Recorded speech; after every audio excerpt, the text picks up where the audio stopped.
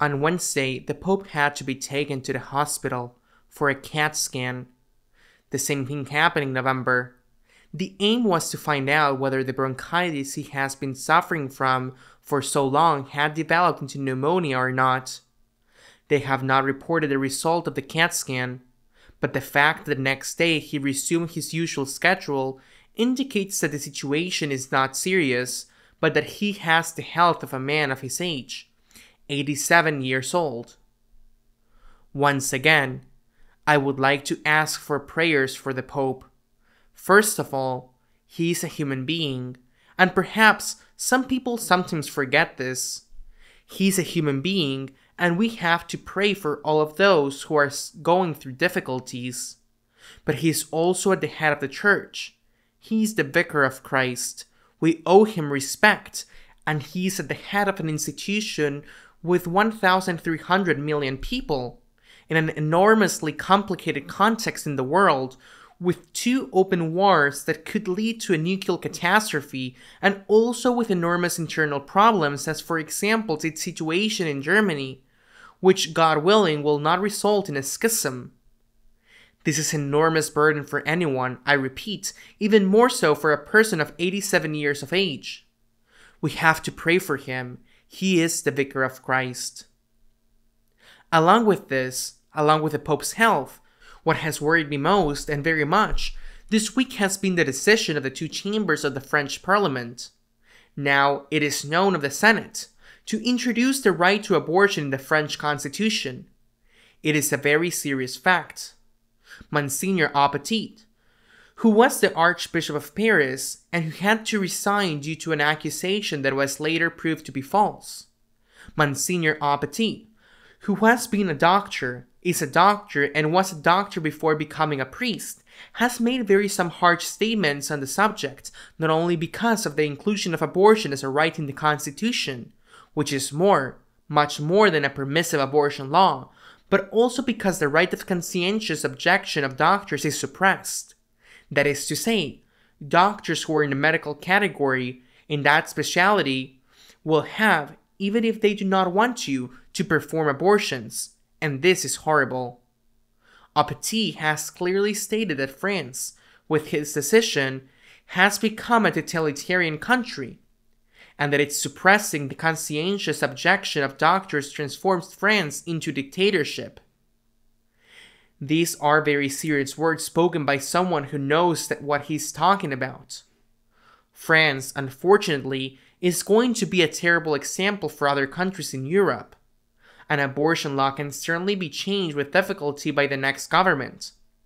To modify an article of a constitution requires a very qualified majority that in the future will be difficult to obtain.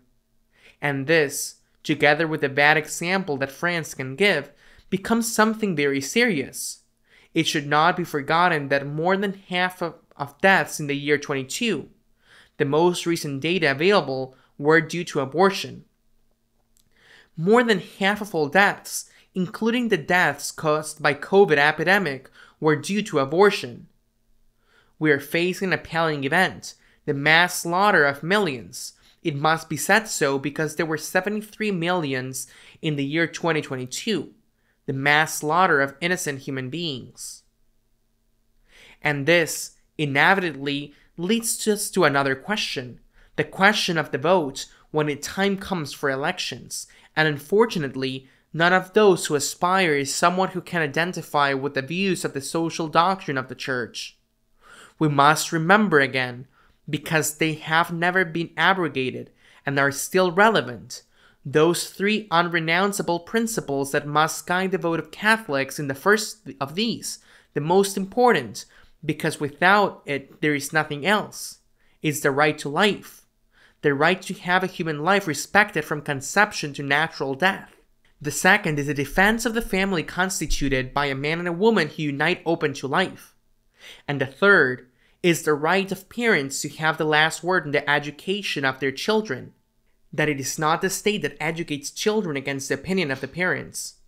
But the first of these inalienable principles is the right to life, the defense of human life, and what happens when none of the candidates is exemplary on this point, or at least sufficiently coherent with what the Church asks and teaches? I am also sure, that there were many practicing Catholics in France, although there are fewer and fewer practicing Catholics in France who voted for Macron, the one who had defended and achieved that abortion is right.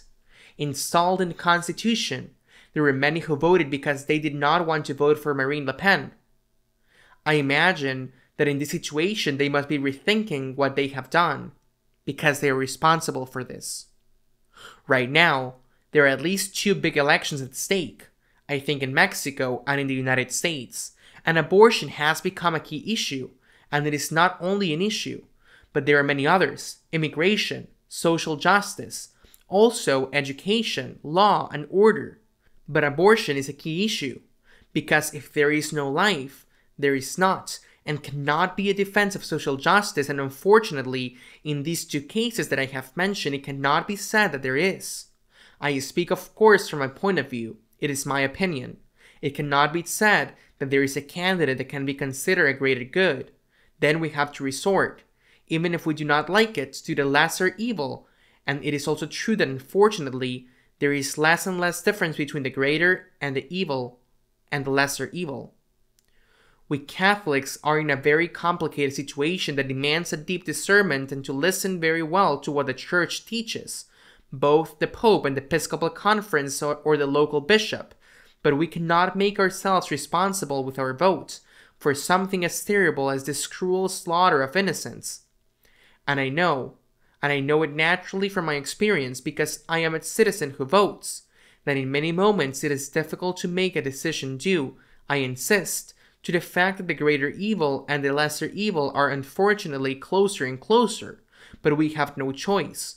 We have to defend life. We cannot, with our vote, support policies that derive in that this has just happened in France. In France, that was the cradle of liberties. We must remember the French Revolution, etc.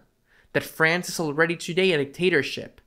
As Monsignor Aubati has said, is something very serious for France, for all Europe, and for the bad example it will give to the whole world. Above all for the children who are going to be sacrificed in their mother's womb. I conclude by remembering and asking, we must pray for the Pope, and we must do it as he humorously says, in his favor and not against him. Until next week, God willing.